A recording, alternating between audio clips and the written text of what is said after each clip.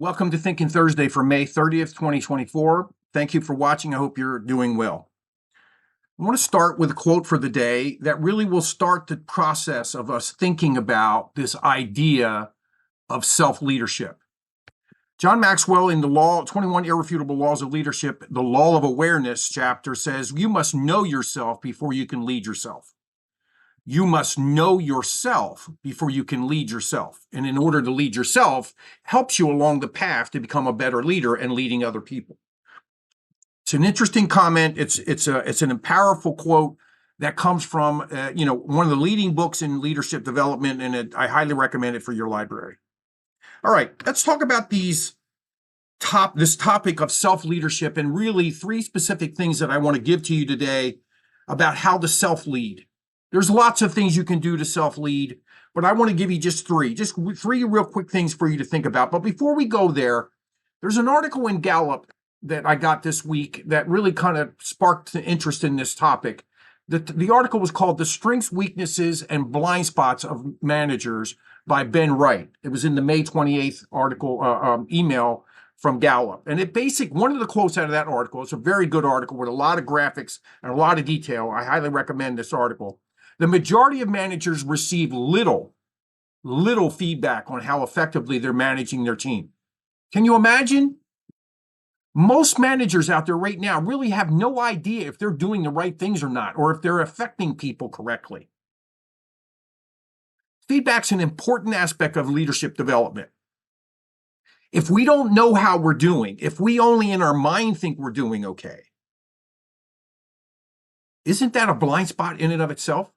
So here's three things I think you could do. There are others, but I just want to touch on these three. One, the article talks about getting an assessment like DISC. Learn who you are. Figure out what in your personality does certain things and how it affects other people who see and hear your personality, how they hear you talk, how they hear you give direction, how you coach, how you interact with people. It's important for you to think about getting an assessment. Two, get some feedback, right? Go after feedback. Ask people. Sit in on my staff meetings. Sit in on my coaching conversations with my staff. Watch when I do presentations. Give me some feedback. It's really important. And get it from people that you trust. Maybe that's a colleague. Maybe that's an advisor. Whoever it is, somebody that you can trust to get feedback. And remember, it's not always going to be positive, but that's okay. And the last thing I want to suggest to you is that you reflect on your daily activities. There's a lot to learn after you replay in your mind what has happened that day. What decisions did you make? When you met with somebody and you said or did X, or you promised, or they said something, what happened? Did you get offended? Did it set you off? Did it make for a tighter collaboration between you and the person you're working with? All those things should be analyzed, and John Maxwell says qualified, so that it becomes good experience, and then make adjustments.